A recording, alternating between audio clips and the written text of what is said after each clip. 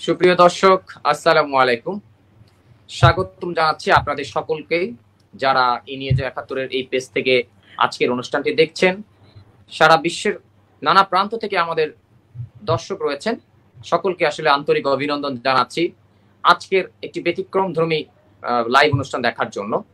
দর্শক, আপনারা জানেন প্রতি সপ্তাহে ঠিক এই দিনে আমরা বাংলাদেশের তরুণ উদ্যোক্তাদের নিয়ে একটি লাইভ অনুষ্ঠান করে থাকি, আমরাই বাংলাদেশ নামে। এই আমরাই বাংলাদেশের অনুষ্ঠানে আজকেও আমাদের দেশের বরেণ্য নতুন নবীন তরুণ বলা যায় যাদের উদ্যোক্তাদের নিয়ে আপনাদের সামনে হাজির হয়েছি।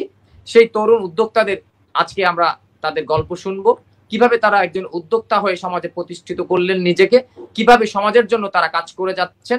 আমরাই বাংলাদেশ যে কথাটি, এই কথাটার যথাযোগ্য ব্যবহার করছেন তারা, বাংলাদেশের জন্য তারা কাজ করছেন। দর্শক, যারা এই অনুষ্ঠানটি দেখছেন সবাইকে সম্পৃক্ত থাকার জন্য, অনুষ্ঠানটি শেয়ার করার জন্য অনুরোধ করছি। এবং আমাদের বিজ্ঞ অতিথিদের কাছে যদি কোনো প্রশ্ন থাকে, সেই প্রশ্নের জন্য আপনারা কমেন্ট বক্সে লিখতে পারেন। কমেন্ট বক্সে লিখতেই আমরা অতিথির মাধ্যমে সেই প্রশ্নের উত্তর দিব। দর্শক, আমরা পরিচয় পর্বে চলে যাই। আমাদের সাথে রয়েছেন তনুশ্রী মজুমদার, সিইও বৃক্ষাদি। আমাদের সাথে রয়েছেন মাসুক সরকার বাতিস্তা, তিনি সিইও এমএসবি একাডেমি। এবং আমাদের সাথে রয়েছেন মোহাম্মদ সাইফুল ইসলাম, চিফ রিপোর্টার ই নিউজ ৭১। দর্শক, আমরা সময়ক্ষণ নষ্ট না করে আমরা চলে যাই আমাদের আজকের অতিথির কাছে। সরাসরি আমরা চলে যাব মাসুক সরকার বাতিস্তার কাছে। তার কাছ থেকে আজকে আমরা অনুষ্ঠানে শুরু করতে চাই। স্বাগত মাসুক সরকার বাতিস্তা আপনাকে আমাদের সাথে সম্পৃক্ত হওয়ার জন্য। মাসুক সরকার বাতিস্তা, আসসালামু আলাইকুম। জিগো ভাইকে থ্যাংক ইউ সো মাচ এই লাইভ ইভেন্টে আমাকে ইনভাইট করার জন্য। আজকে আশা করছি আমরা উদ্যোক্তা সম্পর্কিত আমি কিভাবে জার্নিটা শুরু করেছি এবং অন্যান্য যে গেস্টরা আছে তারা কিভাবে শুরু করেছে এই বিষয়ে অনেক কিছু আসলে অনেক ইনফরমেশন আমরা জানতে পারবো ওয়ান বাই ওয়ান।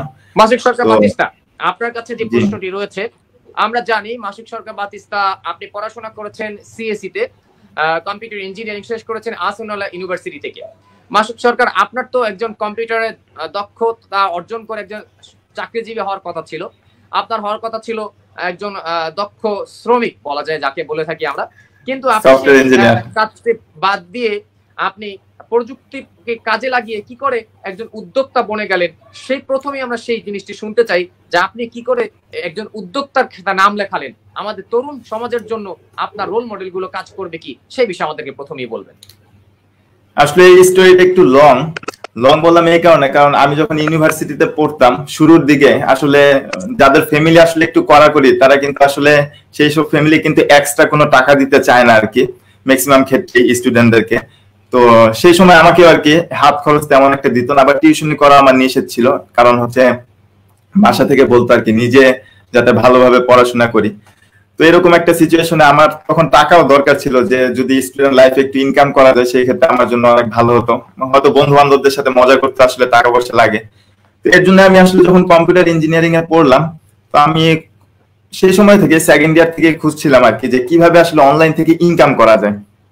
তো ইনকাম করার ওই বিষয় খোঁজাখুঁজি থেকে আমি হচ্ছে অ্যাপ ডেভেলপমেন্টটা ফার্স্টে শুরু করি। তো শুরু করার পর আমার ফার্স্ট মাস থেকে আসলে ইনকামটা মোটামুটি 2-3 মাস পর থেকে আসলে আসা শুরু করে। তো সেই সময়টাই আসলে আমি একটা এক্সট্রা কনফিডেন্স পেয়ে যাই যে আসলে চাকরি ছাড়াও আসলে ইনকামটা করা পসিবল, কারণ ওই স্টুডেন্ট লাইফে কিন্তু আসলে চাকরিও করা সম্ভব না। কিন্তু আমি অ্যাপ ডেভেলপমেন্ট থেকে যখন আমার ফার্স্ট ট্রাইতে যখন আমি ইনকামটা করতে পেরেছিলাম, তখনই আসলে আমার যে মনের মধ্যে যে কনফিডেন্সটা এসেছিল, তারপরে আমি বিভিন্ন টেকনোলজির বিভিন্ন বিষয় বিভিন্ন সেক্টর নিয়ে আসলে কাজ করি। আর ওই সময় থেকে আমি যখন অনেক সেক্টর নিয়ে কাজ করি, তখন আমি চিন্তা করলাম যে আমি টিচিং লাইনে একটু যাই, কারণ আমি দেখেছি যে অনলাইনে অনেকেই শিখায়। আর সেই থেকে ইউডেমি এবং স্কিলশারের যে ইন্টারন্যাশনাল দুইটা প্ল্যাটফর্ম ওয়ার্ল্ডে, তো ওইখানে আমি ফার্স্টে টিচিং দেওয়াটা আর কি শুরু করি।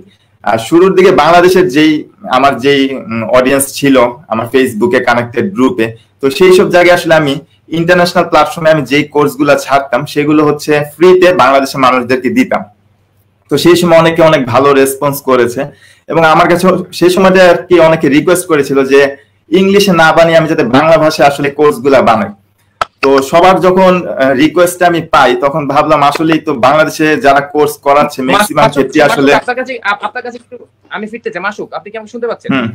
হ্যাঁ, শুনতে পাচ্ছি। মাসুক, আপনার কাছে যেহেতু জানতে চাইছে, আমাদের দর্শকরা জানতে চায় এইভাবে যে আপনি যে একাডেমিটা তৈরি করলেন, আপনি যে প্রতিষ্ঠানের সিইও হিসেবে কাজ করছেন, এইটার হিস্ট্রি একটু বলেন, কিভাবে এই একাডেমিটা তৈরি করতে আসলেন, কিভাবে আপনি এই ওই হিস্ট্রিতেই আসলে যাচ্ছে আর কি। যখন ইংলিশ কোর্সগুলো আমি ফ্রি দিচ্ছিলাম তখন সবাই রিকোয়েস্ট করছিল যাতে বাংলা ভাষায় আমি কোর্সগুলা যদি প্রোভাইড করি তাহলে সবার জন্য অনেক হেল্পফুল হবে বুঝতে এবং শিখতে। আর সেই সময় আমি আসলে এমএসবি একাডেমি প্ল্যাটফর্মটা তৈরি করি, কারণ আমার শুরুর দিকে আসলে অনেকের রেসপন্স ছিল, যে পজিটিভ ফিডব্যাক ছিল আর কি, যাতে আমি প্ল্যাটফর্মটা শুরু করি। এবং আমি বুঝতে পারছিলাম যদি আমি শুরু করি আমি সবার কাছ থেকে একটা পজিটিভ আউটপুট পাবো আর কি।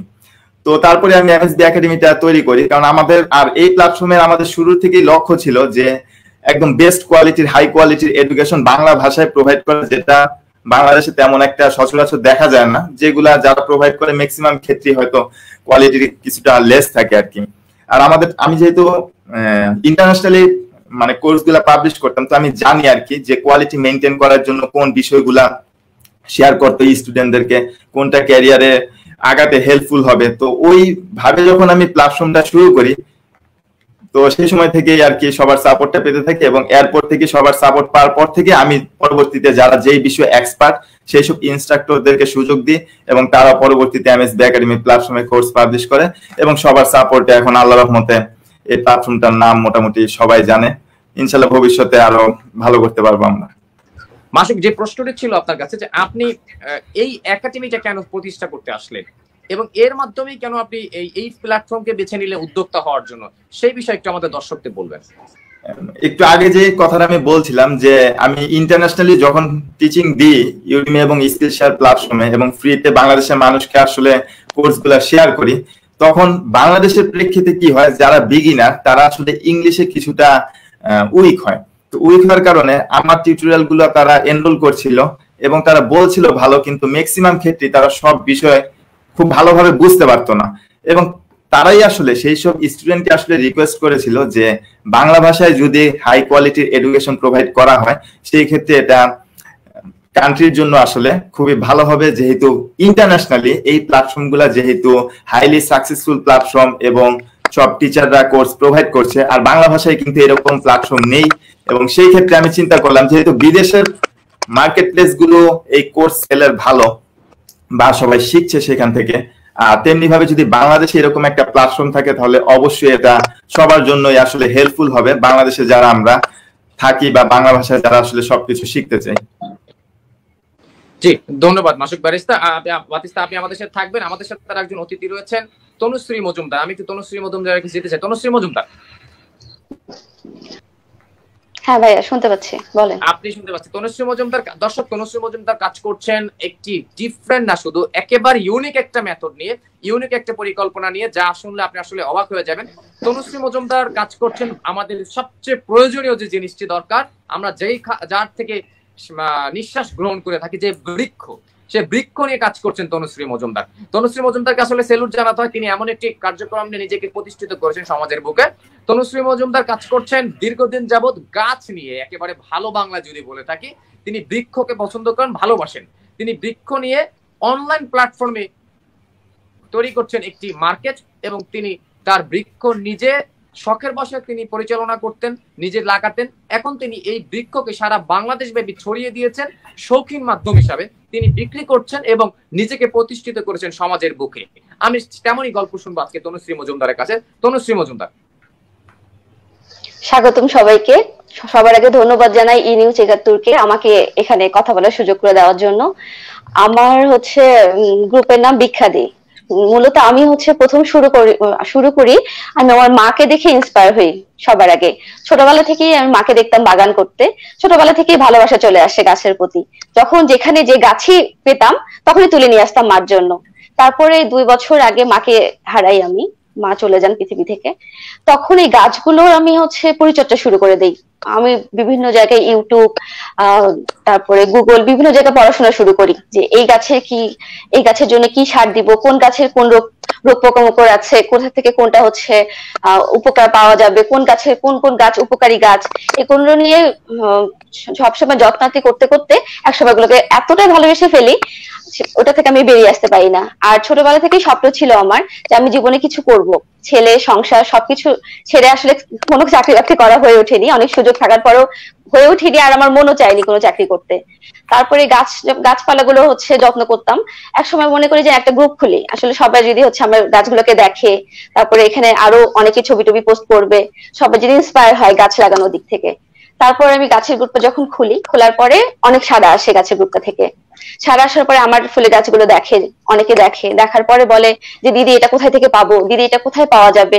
তারপর আমি চিন্তা করে দেখি যে আমার কাছেই যখন জিজ্ঞেস করছে ওরা, তাহলে আমার ওই গাছগুলো থেকে যদি আমি কিছু চারা বানাতে পারি, ওই গাছ থেকে যদি বীজ যেগুলো থাকে সেগুলো যদি আমি সেল করতে পারি, তাহলে ওখান থেকে আমি আবার যে পরবর্তীতে প্রশ্ন করতে চাই, আপনি শখের বসে নিজের জন্য করতে করতে একসময় আপনি দেখলেন যে এ দিয়ে আসলে চাইলে একটি প্রতিষ্ঠিত কিছু করা যায়, যেমন আপনি চাইলে এখান থেকে কিছু অর্থ উপার্জন করতে পারেন, সেই পদ্ধতিতে আস্তে আস্তে ধাপে ধাপে চলে গেলেন।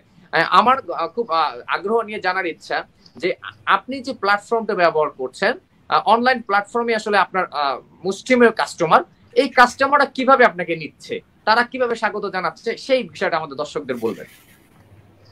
ধন্যবাদ ভাইয়া। আমার কিন্তু সম্পূর্ণ হচ্ছে বিজনেসটাই অনলাইন ভিত্তিক। আমার বাসায় এসে দেখে গাছ নেওয়ার কিন্তু কোনো সুযোগ নাই। আমার জয়েন্ট ফ্যামিলি, এখানে সবাই অ্যালাউ করে না বাসায় আসা। এজন্য আমি তখন শুরু করলাম হোম ডেলিভারি। গাছের মূল্য থাকবে, ডেলিভারি চার্জ থাকবে, ছবি দেখবে, ছবি ডিটেলস জানবে, কারো যদি কোনো প্রয়োজন হয় গাছের কিভাবে পরিচর্যা করবে, কি রকম মাটি লাগবে, আমি তাদেরকে জানিয়ে দিই। কিন্তু গাছটা আমি সম্পূর্ণ বুকিং থেকে শুরু করে ছবি সবকিছু আমার অনলাইনেই হয়। এখন অনলাইন ভিত্তিকই আমার এটা সেলটা হয়, আমার বাসায় এসে বা নার্সারি ভিত্তিক কোনো কিছু নেই আসলে। এর মানে তনুশ্রী দত্ত, আপনি বিজনেসটাকে একেবারে একটি ডিফারেন্ট শেপ দিয়েছেন। আমাদের সাথে সম্পৃক্ত আছেন বার্তা প্রধান সাইফুল ইসলাম এবং আমাদের সাথে সম্পৃক্ত রয়েছেন সুশীল সমাজের প্রতিনিধিকারী অ্যাসিস্ট্যান্ট প্রফেসর মোজাম্মেল হক সুমন। আমি আপনাদের কাছে একটু ফিরতে চাই এবং তনুশ্রী দত্তকে রাখতে চাই সাথে।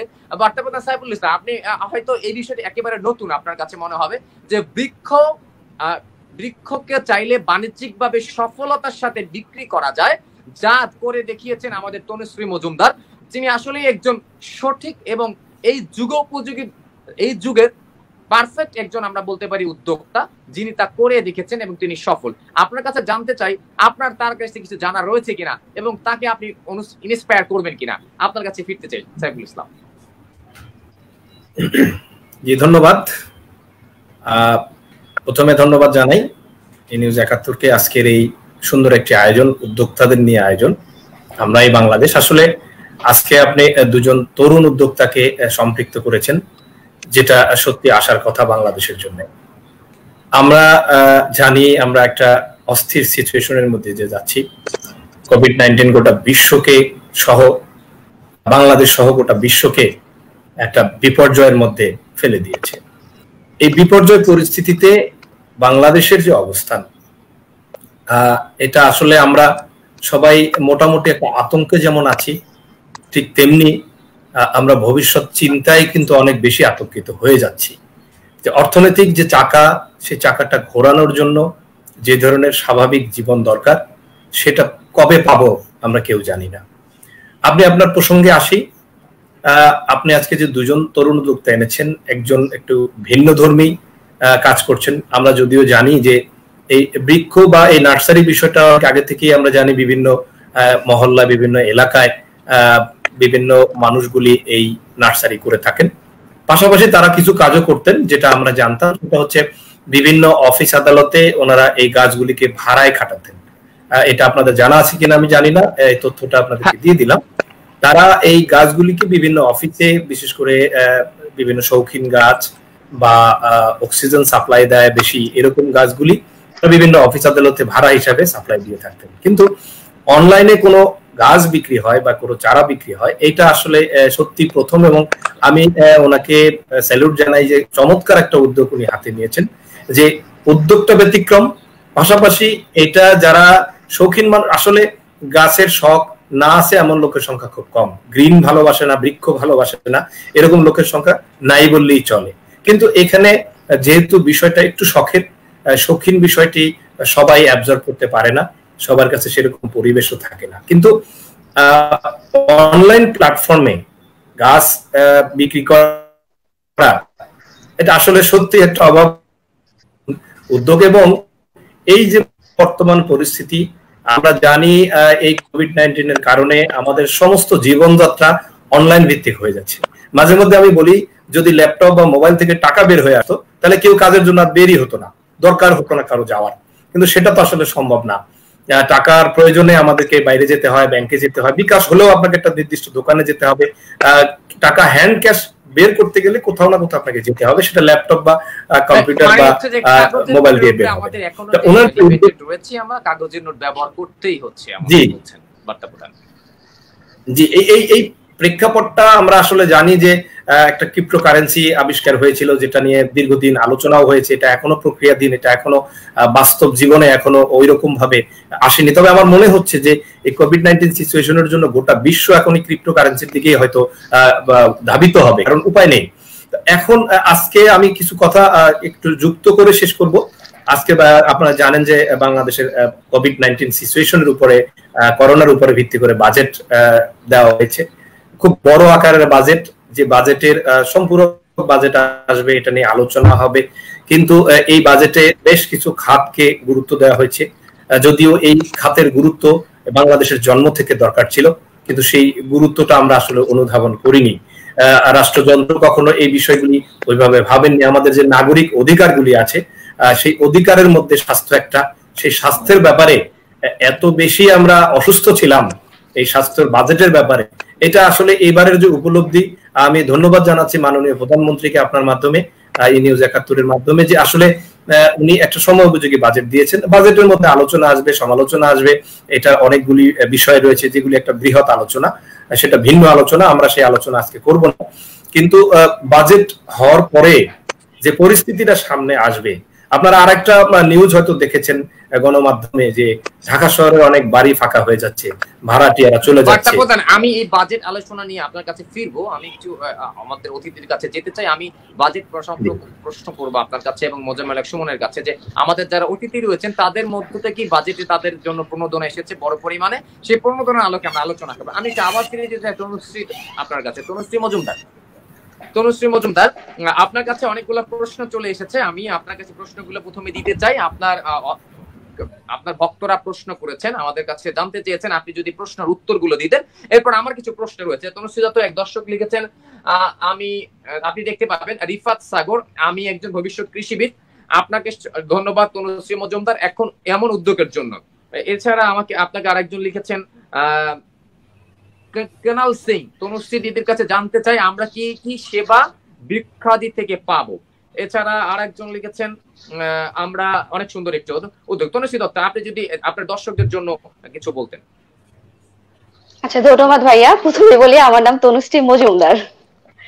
আচ্ছা, আমার হচ্ছে এখন আমার বর্তমানে সিচুয়েশনে, করোনা সিচুয়েশনে, আমার হচ্ছে যে গ্রুপটা আছে, আমি যে গ্রুপটার মাধ্যমে সেল করি, সেই গ্রুপে 3টা লাইন আছে, আপনাদেরকে বলি।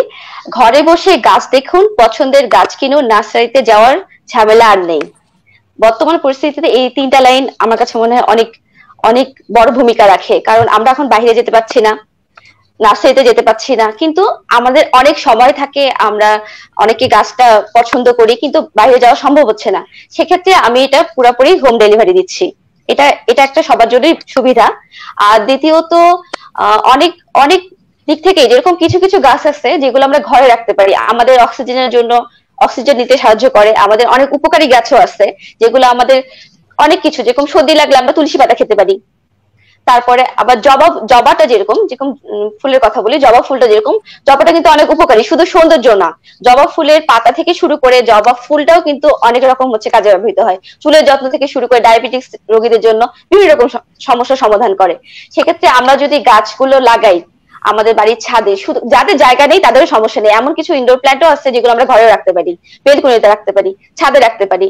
আবার এমনও গাছ আছে যে, এমন আমাদের যেরকম শাপলা আমাদের জাতীয় ফুল, অনেক বাচ্চারা আসছে যারা কখনো শাপলা দেখেইনি, একদম মফস্বল শহর ছাড়া যারা একদম বড় বড় শহরে থাকে তারা কিন্তু শাপলাও দেখেনি।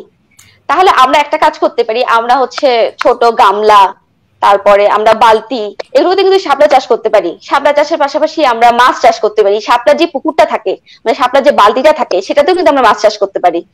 যে কোনো গাপ্পি মাছ থেকে শুরু করে যে কোনো বিদেশি দেশি সব রকম, যেরকম আমার কিন্তু শাপলা চাইতে গাছের সাথে সাথে মাছও আছে, আমি কিছু দেশি মাছ রেখেছি ওখানে, এটা করতে পারি। তারপরে আর আর কি বলতে চাইলেন ভাইয়া, ভুলে গেলাম প্রশ্নটা কি ছিল। আপনার দর্শকটা যা প্রশ্ন করেছেন একজন যে এই মুহূর্তে কি কি বৃক্ষদি থেকে পাবে, তনুশ্রী আর দিদিকে জানতে চাই আমরা কি কি সেবা বৃক্ষাদি থেকে পাবো, এই ধরনের একটি প্রশ্ন। আরেকটি হচ্ছে আপনি কি আরেকটি প্রশ্ন করেছেন আরেকটি দর্শক, বৃক্ষাদি কি সারা দেশে গাছ বিক্রি করে থাকেন? রিফাত সাগর লিখেছেন যে আপনি কি সারা দেশে গাছ বিক্রি করে থাকেন কিনা। ধন্যবাদ ভাইয়া। জি, আমি সারা দেশে গাছ বিক্রি করে থাকি, সেটা কুরিয়ারের মাধ্যমে যায়, অর্ডার দেওয়ার পরে কুরিয়ারের মাধ্যমে চলে যায়, ক্যাশ অন ডেলিভারি সম্ভব, আবার বিকাশের মাধ্যমে সম্ভব। আর আরেকটা প্রশ্ন ছিল যেটা বৃক্ষাদি থেকে কি কি সেবা, বা সেবা বলতে গাছ কি কি পাওয়া যাবে, সেক্ষেত্রে যে কোনো গাছই পাওয়া যাবে। হ্যাঁ, যে কোনো জবা থেকে শুরু করে আমি বললাম শাপলা, কিছু কিছু ঔষধি গাছ আছে, আমি আরো সংগ্রহের চেষ্টা করছি। এখনকার বর্তমান পরিস্থিতিতে অনেক সময় হচ্ছে সব রকম গাছ আমি দিতে পারছি না, কারণ সব রকম গাছ আসা সম্ভব হচ্ছে না, আবার গাছ নিয়ে আসলে পচেও যাচ্ছে, বিভিন্ন কারণে বর্তমানে দিতে পারছি না। কিন্তু যখন দেশের পরিস্থিতি স্বাভাবিক হবে সব রকম গাছই আমি দিতে পারবো। আর সেবা বলতে যে কেউ যদি কোনো গাছ সম্পর্কে জানতে চায়, গাছের মাটিটা কিভাবে তৈরি করবে, কোন গাছের কোন রোগ বালাই হয়, সেগুলো থেকে কিভাবে পরিত্রাণ পাওয়া যায়, এগুলো সব সেবা পেয়ে থাকবে। ধন্যবাদ আপনাকে। ধন্যবাদ তনুশ্রী। তনুশ্রী আপনাকে আরেকটি প্রশ্ন করতে চাই। তনুশ্রী, আপনি একজন নারী হয়ে আপনি প্রথমেই বললেন যে আপনার মায়ের থেকে উনি অনুপ্রাণিত হয়ে আপনি এই পেশায় ফিরলেন, তো সেটা তো একরকম শখের বশে হওয়ার কথা ছিল, সেই শখ থেকে আপনি এখন একজন উদ্যোক্তা হয়ে গেলেন, আপনি একটি ভিন্নধর্মী প্ল্যাটফর্ম তৈরি করলেন, সারা বাংলাদেশে গাছ পৌঁছে দিচ্ছেন, যে কাজটি আপনি করে যাচ্ছেন মননশীল ভাবে। আপনি আপনার কাছে জানতে চাই, আমাদের সাধারণত পরিবার থেকে নারীদের ক্ষেত্রে সাধারণত ব্যবসা বাণিজ্যের ক্ষেত্রে একটু প্রতিবন্ধকতা হয়ে থাকে, আপনি কি এরকম কোনো প্রতিবন্ধকতার শিকার হয়েছিলেন কিনা, বা আপনার কে সাপোর্ট করছে এখন আপনাকে এইভাবে উদ্যোক্তা হিসেবে নিজেকে তৈরি করার জন্য, সে বিষয়ে আমাদের বলবেন।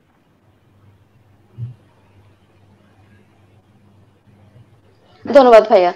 প্রথমে সাপোর্টটা ছিল না, প্রথমে ভাবলো যে এটা কিভাবে সম্ভব, গাছ কিভাবে পৌঁছে দিবে, কিভাবে কি করবে। তারপরে যখন আমি বুঝলাম যে এইভাবে সম্ভব, এভাবে কুরিয়ারে সম্ভব, কুরিয়ারে সবকিছু গেলে গাছটাও সম্ভব, তারপরে আমি যখন দুই একবার সেল করলাম, একটা লোককে ঠিক করে, ডেলিভারি ম্যানকে ঠিক করে দুই একবার যখন সেল করে দেখালাম যে দেখো এই গাছটা আমার কিন্তু বাড়ির গাছ, আমার 1 টাকাও খরচ হয়নি এখানে, সেখান থেকে আমি এই টাকাটা আর্ন করছি, তারপরে এখান থেকে আমি এই টাকা থেকে আমি আরো গাছ কিনতে পারবো, বা এখান থেকে আমি টব কিনতে পারবো, এখান থেকে আমার টাকাটা বেড়ে যাচ্ছে, তখন আমার হাজবেন্ড থেকে শুরু করে আমাকে সবাই সাপোর্ট করে। ধন্যবাদ তনুশ্রী। আমরা আপনার সফলতার গল্প শুনবো, আপনি আমাদের সম্পৃক্ত থাকবেন। আমরা আবার যেতে চাই একটু মাসুক সরকার বাতিস্তার কাছে। মাসুক সরকার,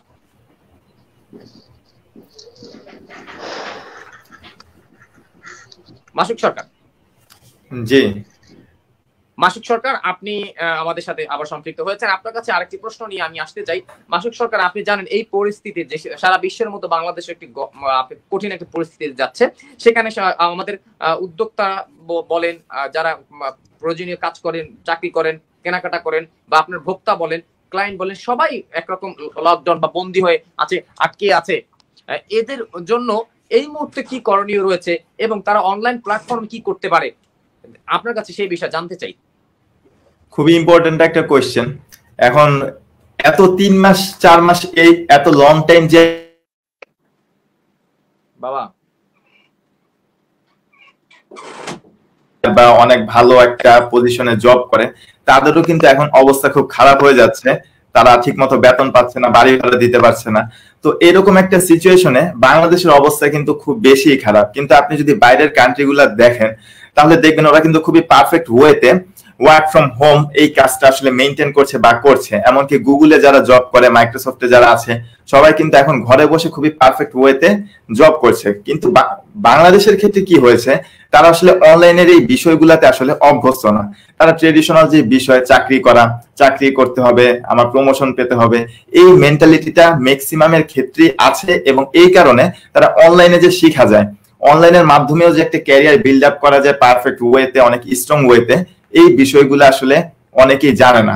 কিন্তু এই মুহূর্তে আমি দেখেছি যে অনেকেই এখন বুঝতে পারছে যে অনলাইনটাই আসলে ফিউচার, এবং অনলাইনে চাইলেই আসলে ভালো কিছু করা যায়। আর এই লকডাউনে আপনি দেখবেন মার্ক জুকারবার্গ যেমন ফেসবুকের ফাউন্ডার, তার ইনকাম কিন্তু কয়েক গুণ বেড়ে গিয়েছে এই লকডাউনে, কারণ মানুষ অনেক বেশি আসলে অনলাইন মুখী হয়ে যাচ্ছে। তাই সেই ক্ষেত্রে দেখা যাবে কিছুদিন পরে লকডাউন পরিস্থিতি যদি কেটেও যায়, তাহলে দেখবেন যে কিছুদিন পর সবাই কিন্তু দেখা যাবে রিমোট ওয়ার্কে আসলে বিশ্বাসী হবে। এখন এর মধ্যে যারা আসলে এই সময়টাকে কাজে না লাগায়, অনলাইনে না শিখে বা কোন একটা স্কিল ডেভেলপ না করে, তারা কিন্তু পরবর্তীতে অনেক পিছিয়ে যাবে। এখন সেই ক্ষেত্রে আমি সবাইকে রেকমেন্ড করব, যারা আসলে বাসায় ফ্রি সময় পাচ্ছে, সবাই কিন্তু কোনো না কোনো বিষয়ে হালকা পাতলা স্কিল আছে। এখন ওই স্কিলটাকে গ্রো করার জন্য অনলাইনে যে বিভিন্ন রকমের কোর্স আছে, যেমন এমএসবি একাডেমিতে বিভিন্ন টপিকের কমপ্লিট কোর্স আছে। মাসুক, আপনি আমাকে আমি একটা প্রশ্ন করতে চাই এভাবে, আমরা অনেক সময় এমনকি আমার কাছেও এরকম প্রশ্ন আসে যে আমরা আসলে শুনেছি যে এরকম অনলাইন প্ল্যাটফর্ম থেকে শিক্ষা দিচ্ছে বা অনলাইন প্ল্যাটফর্ম থেকে ইনকাম করা যায়, নিজেকে প্রতিষ্ঠিত করা যায়। এই প্রতিষ্ঠা করার জন্য অনেকে আসলে এখন অনলাইনের দিকে ঝুঁকছে, মানে অনলাইনের কাজগুলো করে আউটসোর্সিং যেটা আমরা বলে থাকি করার জন্য। আপনার কাছে আমি যে বিষয়টা জানতে চাই, দর্শকদের উদ্দেশ্যে আপনি বলবেন, আসলে আমি একদম নতুন, ধরে নিন আমি একদম রিফ্রেশার, আমি আসলে কিভাবে কোন ক্যাটাগরিতে আমাকে স্যুট করবে সেটা কিভাবে চয়েস করব, সেই বিষয়টা আপনার কাছে বিশদভাবে জানতে চাই। একদম রিফ্রেশার কিভাবে সিলেক্ট করবে? এখন অনলাইনে আসলে এতগুলা সেক্টর, আপনি অনলাইনে যদি ফেসবুক চালান বা যে কোনো ওয়েবসাইট চালান, প্রত্যেকটা জিনিস কিন্তু আসলে বিল্ড আপ হয়েছে কোনো একটা বিজনেস করছে তারা, স্পেসিফিক কোনো বিজনেস। এখন এর জন্য ফ্রিল্যান্সিং মার্কেট প্লেসে নতুনরা যখন যায়, তারা দেখে অনেক রকমের ক্যাটাগরি, তারা বুঝতে পারে না কোন জায়গায় কাজ করবে। আর এই জায়গাটার মধ্যেই অনেকে ভুল করে, অনেকে সবকিছুই একটু একটু শিখে। হয়তো কারো প্রোগ্রামিং একদমই পছন্দ না, সে প্রোগ্রামিং একটু শিখলো, শেখার পর সে দেখলো যে প্রোগ্রামিং তাকে দিয়ে হচ্ছে না, তারপর গ্রাফিক্স ডিজাইনের কাজ করলো, গ্রাফিক ডিজাইনেরও ফটোশপের অনেক টুল, দু একটা বেসিক টুলের কাজ শিখে সে পরে গ্রাফিক্স ডিজাইন শেখাটাও আসলে ছেড়ে দেয়। তো এইরকম মেন্টালিটিটা অনেকেরই আছে, সবকিছু একটু একটু শিখে। এখন আপনার আসলে নতুন অবস্থায় ইউটিউবে যেহেতু ফ্রি অনেক রিসোর্স আছে, প্রত্যেকটা বিষয় একটু আপনার বেসিক আইডিয়াটা শুরুতে নিতে হবে, এবং তারপর আপনাকে আসলে ডিসাইড করতে হবে যে আপনার জন্য আসলে কোন টপিকটা পারফেক্ট। তারপর আপনি যখন যে টপিকটা সিলেক্ট করবেন, আপনি তখন মার্কেট প্লেস গুলোতে সার্চ দিয়ে দেখবেন যে ওই কাজগুলোতে আসলে বেশি ডিমান্ড আছে নাকি, যারা করছে তারা খুব ভালো করছে নাকি। ওই জিনিসটা যদি দেখেন যে আপনার পছন্দের সাথে ওই কাজের চাহিদা অনেক বেশি, সেই ক্ষেত্রে আপনি পরবর্তীতে ওই টপিকটা সিলেক্ট করে ভালো ভালো কোর্স করতে পারেন, অনলাইনে সার্চ দিয়ে ভালো ভালো রিসোর্স ইন ডেপথ শিখতে পারেন। এই বিষয়গুলো এভাবে যদি আপনি পছন্দের টপিক নিজের একটু বেসিক রিসার্চ করার মাধ্যমে সিলেক্ট করার পর অ্যাডভান্স ওয়েতে শিখতে পারেন, সেই ক্ষেত্রে নতুনদের ক্ষেত্রে ওই টপিকে কাজ করতে আসলে সমস্যা হবে না, কারণ মার্কেটপ্লেসে প্রত্যেক ক্যাটাগরিতেই আসলে অনেক কাজ আছে। তাই আমি আপনাদেরকে রেকমেন্ড করব, নতুন যারা, তারা হচ্ছে নিজের একটু বেসিক রিসার্চটা করার পর সেই পার্টিকুলার, মানে আপনার যদি মনে হয় ওই লাইনে আপনি ভালো করতে পারবেন, তখন আপনি ওই লাইনে বেসিক না শিখে পরবর্তীতে অ্যাডভান্স যে টপিকগুলা, সেই টপিকগুলা কভার করে শিখবেন। তখন দেখবেন মার্কেট প্লেসে আপনি যখন যাবেন, তখন আপনি খুব ভালো ভালো ডিমান্ডের অনেক ডলার মূল্যের আসলে জবগুলা খুব ইজি ওয়েতে কমপ্লিট করতে পারবেন। জনাব মাসুদ, আমি একটু আপনার সাথে যুক্ত করতে চাই। এই বিষয়টা আপনি বলতে চাচ্ছেন জি, আমি যুক্ত করতে চাচ্ছিলাম।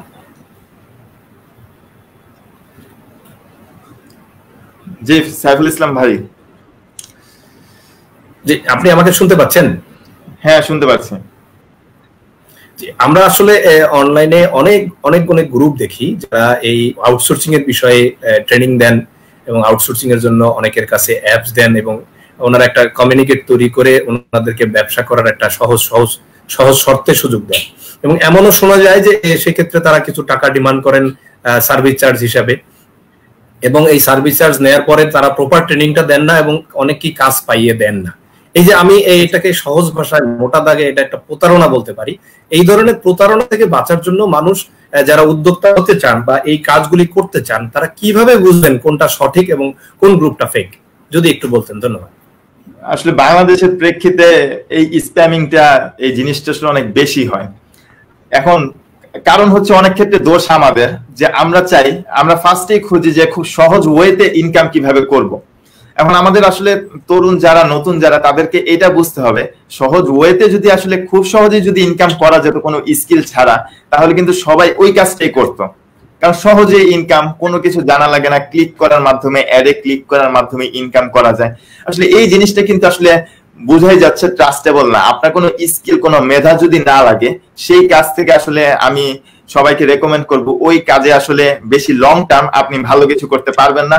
এবং যারা বলে যে কোনো স্কিল লাগবে না, খুব সহজে ইনকাম, এই কথাগুলোকে যদি আপনারা অ্যাভয়েড করেন তাহলে আপনি আসলে ফ্রডদের কাছ থেকে আসলে বাঁচতে পারবেন। আর ইনভেস্ট করার মাধ্যমে আপনারা কখনোই কোনো কাজে জয়েন করবেন না, কারণ আপনার যদি আপনি কাজ করবেন টাকা পাবেন, এর জন্য শুরুতে আপনাকে ইনভেস্ট কেন করা লাগবে? ওরা যেই লজিকই দেখ না কেন আপনার কাছ থেকে টাকা নেওয়ার পর কাজ দিবে। এটা এক হিসাবে অফলাইনে যেটাকে ঘুষ বলে আর অনলাইনে এটাকে প্রতারণা, যেটাই বলেন না কেন মেইন কথা এই বিষয়গুলো আসলে অবৈধ। তাই আমি রেকমেন্ড করবো আসলে স্কিলফুল হওয়া লাগবে। স্কিলফুল হওয়ার পর আপনি ওই স্কিলটাকে কাজে লাগিয়ে ইনকামটা করতে যাবেন এবং যারা কাজ দেয় তাদের কাজগুলো করবেন, তাহলে আর যাই হোক আপনার লস হবে না এবং আপনি যে শিক্ষাটা পাবেন সেটা আসলে একটা শিক্ষণীয় পর্যায়ে থাকবে আর কি। যে আরেকটু যদি পরিষ্কার করতেন এই প্রশ্নের সাথে, সম্পাদক সাহেব এই প্রশ্নের সাথে আরেকটু যুক্ত করা দরকার। সেটা হচ্ছে যে এই যে আপনি স্কিল ডেভেলপ করবে কোনো একটা মানুষ, যে কাজটা করবে, যে ইনকামটা করার জন্য স্কিল ডেভেলপ করবে, স্কিল ডেভেলপমেন্টের জন্য ট্রেনিং ইনস্টিটিউট কোথায় আছে? আপনাদের এই প্রতিষ্ঠানগুলি চালানোর জন্য আসলে আপনারা কোনো আলাদা কোনো ট্রেনিং দেন কিনা বা ট্রেনিং সেশন রয়েছে কিনা, যে কোনো একটা লোক কোন বিষয়ের উপর এক্সপার্ট হতে পারে তাকে ট্রেনিং দেওয়ার জন্য কি কোনো পদ্ধতি আপনাদের কাছে আছে কিনা, যদি একটু ক্লিয়ার করতেন। ধন্যবাদ। আসলে এই জিনিসটার জন্যই, এই বিষয়টার মানে এই সমস্যাটা সলভ করার জন্য আসলে আমাদের যে প্ল্যাটফর্ম এমএসবি একাডেমি সেটা ক্রিয়েট করা। এখন সেই ক্ষেত্রে আমরা যে বিষয়গুলো ফোকাস করেছি সেটা হচ্ছে অনেক ক্ষেত্রে কিন্তু মানুষ কোনো কিছু শেখার জন্য ট্রেনিং সেন্টার খোঁজে। এখন ট্রেনিং সেন্টারে যে সমস্যাটা হয়, আপনি যেই কাজটা শিখতে চাবেন ওই কাজের জন্য আপনার কিন্তু অ্যাটলিস্ট 3 মাস 5 মাস 6 মাসের একটা সময় লাগে এবং আপনার ওই সময়টা যাতায়াতের পিছনে অনেক সময় লাগে আর কি। তারপর বসে হয়তো টিচার আসে না, দিনগুলা নষ্ট হয়, সময়গুলা নষ্ট হয়। তাই আমরা এই জিনিসগুলাকে ইন্টারন্যাশনাল প্ল্যাটফর্ম গুলা যেভাবে চলে ট্রেনিং দেওয়ার ব্যাপারগুলা, মানে অনলাইনে ভিডিও দেখার মাধ্যমে ওই রকম একটা প্ল্যাটফর্ম আমরা ওই ভিডিও বেসড একটা প্ল্যাটফর্ম বানিয়েছি যেটা হচ্ছে এমএসবি একাডেমি। এখন সেই ক্ষেত্রে আমি তো ফার্স্টে বলেছি যে আপনি কোন বিষয়ে স্কিলফুল হবেন সেটা আপনার এই বেসিক সিলেকশনটা করা লাগবে যে এই জিনিসটা আমি পারবো। হয়তো গ্রাফিক্স ডিজাইনটা আমার পছন্দ বা ভালো লাগে কারণ আমি ড্রয়িং করতে পারি, বা এই ড্রয়িং করাটা আমার পছন্দ, বা আমি অ্যাপ ডেভেলপমেন্ট করতে চাই কারণ আমি মোবাইল নিয়ে ঘাটাঘাটি করতে বা একটা অ্যাপ বানাতে পারলে আমার অনেক ভালো লাগবে, বা আমি অ্যাডের মাধ্যমে ইনকাম করতে চাই। এইরকম একটা বেসিক রিকোয়ারমেন্ট যদি আপনার থাকে যে এই বিষয়টা শিখতে চান, সেই ক্ষেত্রে আমাদের যে প্ল্যাটফর্ম এমএসবি একাডেমি আছে, দেখবেন যে আপনি যে বিষয় ট্রেনিং নিতে চান সেই বিষয়ের ট্রেনিং এ কি কি শেখানো হবে তা খুব স্পষ্ট ভাবে লেখা আছে এবং প্রোমো ভিডিওর মাধ্যমে আসলে বলা আছে। এখন তারপর যদি আপনি ওই পার্টিকুলার কোর্স করেন সেই ক্ষেত্রে সব ভিডিও সিরিয়াল বাই থাকবে এবং কোর্সের ফোরামে কোনো সমস্যা হলে লাইফ টাইমে সাপোর্ট ইনস্ট্রাক্টরের কাছ থেকে পাবে। এমন না যে 3 মাসের পর ইনস্ট্রাক্টররা সাপোর্ট দিবে না। আমাদের প্ল্যাটফর্মটা অনলাইন ভিত্তিক হয়, সুবিধা হচ্ছে যখন ইচ্ছা তখন ভিডিওগুলো দেখে শিখতে পারবে। 1 বছর পর কোনো সেকশন যদি ভুলে যায় তাহলে আবার রিপিট করতে পারবে। এমনকি নতুন ভিডিও অ্যাড করা হলে স্টুডেন্টরা ওইখান থেকে আসলে আপডেটেড জিনিসগুলো শিখতে পারবে। আর কোর্সের ফোরাম থাকে, ওই ফোরামে ইনস্ট্রাক্টরের সাপোর্ট স্টুডেন্টরা সব সময় পায়। এখন সেই ক্ষেত্রে কি হয়, অফলাইনের কোচিং সেন্টার বা ট্রেনিং সেন্টারে না গিয়ে তারা যদি ওয়ান টাইম পারচেস মানে এই মুহূর্তে যে কোনো কোর্স কিনে এখন থেকে সে শুরু করতে পারবে যে কোনো সময়। আর এইভাবেই আসলে আমরা বাংলাদেশে আসলে বলা যায় 64 জেলার মানুষের কাছে খুব ইজি ওয়েতে পৌঁছে গিয়েছে এবং আমরা বেশ ভালো ফিডব্যাক পাচ্ছি। এই অনলাইন ভিত্তিক হওয়াতে যে কেউই নর্মাল একটা নেট কানেকশন থাকার কারণে এই ট্রেনিং প্রোগ্রামে অংশগ্রহণ করতে পারছে। আর আমরা আমাদের সিলেকশনটা কিন্তু এইরকম ভাবে করা হয় যে ভালো মানের ইনস্ট্রাক্টর ছাড়া আসলে আমরা কোর্স নেই না। সেই ক্ষেত্রে আসলে প্রতিটা স্টুডেন্ট আসলে উপকৃত হচ্ছে। আপনি আমাকে শুনতে পাচ্ছেন? মাসুক, আপনার প্রতিষ্ঠানে সাধারণত কোন কোন কোর্সগুলোকে প্রাধান্য দেন এবং দর্শক কি পরিমাণ আসলে মূল্যের বিনিময়ে আপনার কোর্সগুলো গ্রহণ করতে পারে? তাদের জন্য কি অনেক গলার কাটার হয়ে দাঁড়ায় কিনা, এরকম বিষয়ে আমাদের বলবেন। এখন ব্যাপারটা হচ্ছে যে আমাদের প্ল্যাটফর্মের মেইন যেই কারণে সবাই পছন্দ করে প্ল্যাটফর্মটা, সেটা হচ্ছে আপনি যেই কোর্সটা নিবেন সেই কোর্সে লাইফ টাইমের অ্যাক্সেস পাবেন। এর মানে আপনি 5 বছর পর 10 বছর পর এই কোর্সগুলা করতে পারবেন। এবং আমাদের ইনস্ট্রাক্টর কমিটেড যে কোনো সেকশন বা কোনো বিষয় যদি পুরান হয়ে যায় তারা সেই ভিডিওগুলা আপডেট করে দিবে এবং ফোরামে সবসময় সাপোর্ট পাবে। এর মানে আপনি একটা কোর্স খুবই কম দামে কিনলেন আর অনেক আসলে সব সময়ের জন্য সাপোর্ট পাবেন, এটা কিন্তু আসলে চিন্তা করাতে একটু বেমানান দেখায়।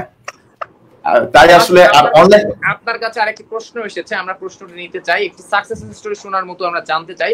একজন দর্শক লিখেছেন, সৈয়দ হোসেন আকাশ, মাসুক ভাইয়ের কাছে প্রশ্ন, কিভাবে আপনি অনেকগুলো সেশন নিয়ে কাজ করেন এবং কিভাবে এতগুলো বিষয়ের উপর স্কিল অর্জন করলেন। এবং আরেকটি প্রশ্ন এসেছে, আমিও শিখতে চাই।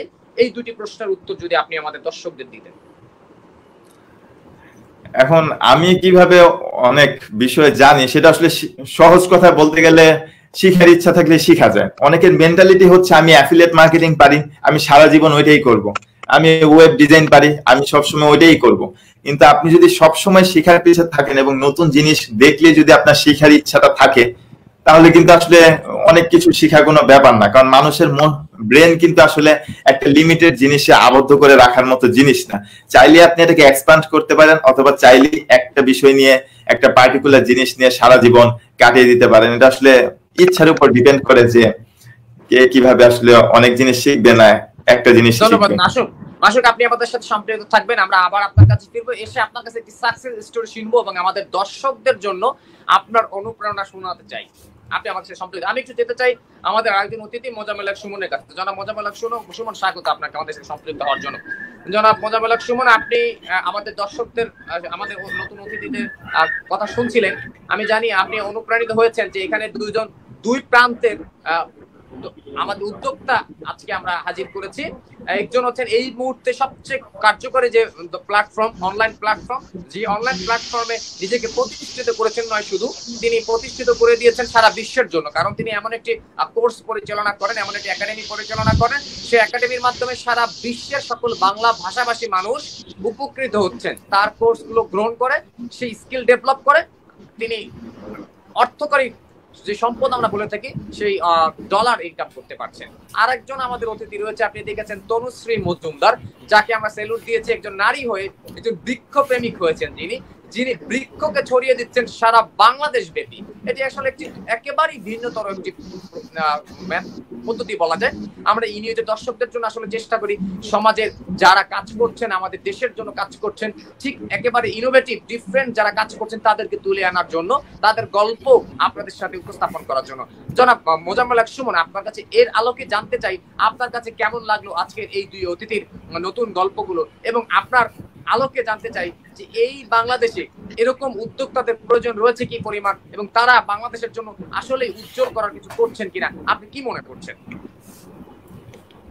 ধন্যবাদ ইনিউজ 71 কে আজকে একটি সুন্দর, অত্যন্ত যুগ উপযোগী প্রোগ্রাম আয়োজন করার জন্য। উদ্যোক্তাদের নিয়ে বিশেষ অনুষ্ঠান আমরাই বাংলাদেশ। আমি একটু অ্যাড করতে চাই, এটা হচ্ছে সফল উদ্যোক্তাদের নিয়ে একটি বিশেষ অনুষ্ঠান বাংলাদেশ, আমরাই বাংলাদেশ। অত্যন্ত মনোমুগ্ধকর আলোচনা শুনেছি, খুব অত্যন্ত ভালো লেগেছে যে আপনারা আজকে বাংলাদেশের দুই প্রান্তের ভিন্নধর্মী দুজন তরুণ উদ্যোক্তাদের আমাদের সামনে উপস্থাপন করেছেন। অত্যন্ত চমকপ্রদ কিছু, আসলে দুটো সাইড যেটা is very important in present time. একদিকে হচ্ছে academic skill development, that is very important thing like that. অন্যদিকে হচ্ছে বাংলাদেশি প্রাণ, যে দেশের প্রায় 40% মানুষ সরাসরি কৃষি কাজের সাথে সম্পৃক্ত। একজন গবেষক বলেছিলেন যে বাংলাদেশের মাটি হচ্ছে স্বর্ণ, যেখানে যা রোপণ করবেন সেটাই হবে। সুতরাং এরকম দুজন সফল উদ্যোক্তাদেরকে নিয়ে আজকে আমাদের সাথে আমরা নতুন নতুন তথ্য জেনেছি, অত্যন্ত ভালো লেগেছে। আমরা জানি উদ্যোগ থেকে উদ্যোক্তা, একজন মানুষ, একজন স্বপ্নদ্রষ্টা যখন তার সৃজনশীল মনোভাব নিয়ে কোনো একটা বিষয়কে একটু মনের মধ্যে লালিত করে সেই জগৎটাকে আস্তে আস্তে করে একটা স্পেন্ড করে একটা জায়গায় নিয়ে যাওয়া হচ্ছে আসলে একজন উদ্যোক্তা হওয়ার একটা কারিগর। সেখানে সত্যি আজকে যিনি skill development, that is very important. আজকে not only Bangladesh, all over the world it is very important. I think that এটা উনি করেছেন। মাসুক ভাই, আপনাকে অসংখ্য ধন্যবাদ। অনেক দর্শকরা কোশ্চেন করবেন, আজকে আসলে বেসিক্যালি আমি আপনাদের সাথে যুক্ত হয়েছি, আপনাদের কথা শুনবো। এই তরুণ উদ্যোক্তাদের এটা খুবই দরকার বাংলাদেশে। যে আমাদের যে সরকার, মাননীয় প্রধানমন্ত্রী বলেছেন যে আমাদের দেশে যেটা দরকার এখন, সেটা খুবই দরকার, সেটা হচ্ছে সৃজনশীল চিন্তা ভাবনা করা, সৃজনশীল মনোভাবকে সামনের দিকে নিয়ে যাওয়া। সুতরাং এটা খুবই দরকার। আমাদের কি এখন সময় এসেছে? আজকে আপনি যেটা একটু আগে বলেছিলেন, বাংলাদেশে আজকের যে বাজেটের কথা বলবো, প্রায় 5,68,68,68,000 কোটি টাকা সেখানে বাজেট পেশ করেছে, বিগ বাজেট। এবং সেখানে জানেন যে এই প্রেজেন্ট শিশুর জন্য স্বাস্থ্য খাতে প্রায় 5 গুণ, প্রায় অনেক বেশি বাজেট কিন্তু দেওয়া হচ্ছে। এবং সেখানে দেখবেন আজকে যে বাজেটটা, সেখানে কিন্তু একটা খুবই ইম্পর্টেন্ট একটা স্লোগান নিয়ে বাজেটটা করা হয়েছে, যেখানে অর্থনৈতিক উত্তরণ প্লাস ভবিষ্যৎ পথ পরিক্রমা একটা স্লোগানে করেছে। সুতরাং সেখানে আজকে যারা ইয়াং উদ্যোক্তা আছেন, আজকে যারা তরুণ যে মেধাবী উদ্যোক্তারা কিন্তু আমাদের এই দেশকে সামনে এগিয়ে নেওয়ার কারিগর হিসেবে কাজ করবে, এটা আমার বিশ্বাস। সুতরাং আজকে ধন্যবাদ জানাচ্ছি তনুশ্রী মজুমদার, যিনি আজকে বাংলাদেশের সেই কৃষি প্রধান দেশে কৃষি নিয়ে কাজ করেছেন। খুবই একটা আশাব্যঞ্জক একটা অবস্থা। এই দেশের মাটি, যে দেশের মাটি উর্বর, দেশের মাটিতে সোনা ফলে, সে দেশে অনেক অসংখ্য ধন্যবাদ। পাশাপাশি আমাদের মাসুক সরকার বাতিস্তা, উনি যেটা করেছেন, অল ওয়ার্ল্ডে যে কাজটা করছেন, একাডেমিক ডেভেলপমেন্ট করছেন, তাকে অসংখ্য ধন্যবাদ। আমাকে সুযোগ দেওয়ার জন্য সম্পাদক মহোদয়কে আবারও ধন্যবাদ। ধন্যবাদ সুমন, আপনি আমাদের সাথে থাকবেন। আমি একটু আবারও ফিরে যেতে চাই তনুশ্রী মজুমদারের কাছে। তনুশ্রী মজুমদার, আজকে আমাদের দেশে একটি বড় বাজেট হয়েছে আগামী অর্থ বছরের জন্য। এই অর্থ বছরে আসলে একটু পরিস্থিতি সম্পূর্ণ ভিন্ন বলা যায়। সেখানে যে সেক্টর গুলোতে আসলে সরকারের আগে পরিকল্পনা ছিল যে বাজেট বাড়াবেন কমাবেন, সেটি আসলে অনেকটাই পরিকল্পনা ভেস্তে গেছে বলা যায়। এবার বাজেটে আপনি হয়তো দেখেছেন কিনা জানি না, বাজেটে অনেক বড় রকমের প্রণোদনা এসেছে, বাজেটের অনেক বড় অংশ সাপোর্ট এসেছে কৃষি ক্ষেত্রে এবং তথ্য প্রযুক্তির ক্ষেত্রে, যা গত কোনো বাজেটে ছিল না। সে বাজেট থেকে অনেক বেশি পরিমাণে সাপোর্ট আসছে এই বাজেটগুলোতে। আমাদের সবচেয়ে বেশি পরিমাণ সাপোর্ট যেমন অন্যান্য ক্ষেত্রে থাকতো, তার থেকে আরো অনেক পরিমাণ এবার বাজেটে প্রণোদন এসেছে তথ্য প্রযুক্তির কাছে। সেই তথ্য প্রযুক্তির বিষয়ে আমি মাসুদ বাতিস্তার কাছে জানবো। তার আগে আপনার কাছে জানতে চাই, আমি একটি সাকসেস স্টোরি শুনতে চাই আপনার মুখ থেকে, দর্শকদের একটি সাকসেস স্টোরি শুনতে চাই আপনার মুখ থেকে, গল্প শুনতে চাই এবং আপনার কাছে অনুপ্রাণিত নিতে চাই এভাবে যে আমাদের মা, আমাদের নারী, আমাদের বোনরা যারা নারী হিসাবে নিজেকে শুধু দেখে না, একজন মানুষ হিসাবে দেখে কি করে নিজেকে সম্পৃক্ত করতে পারেন ব্যবসা বাণিজ্যে, শুধু চাকরির পিছনে না ছুটে। আমরা আপনি জানেন যে আমাদের সমান সমানই বলা যায়, আমাদের মা বোন বা আমাদের নারী পুরুষ সমান সমানই আমরা কাজ করে যাচ্ছি, কিন্তু অধিকাংশ নারী আমাদের দেশে রয়েছে বেকার, তারা গৃহ কাজ করে থাকেন, যাদের আমরা গৃহিণী বলে থাকি। এই গৃহিণী থেকে কি করে নিজেকে তুলে আনা যায়, এমন একটি কথা আপনার কাছে শুনতে চাই।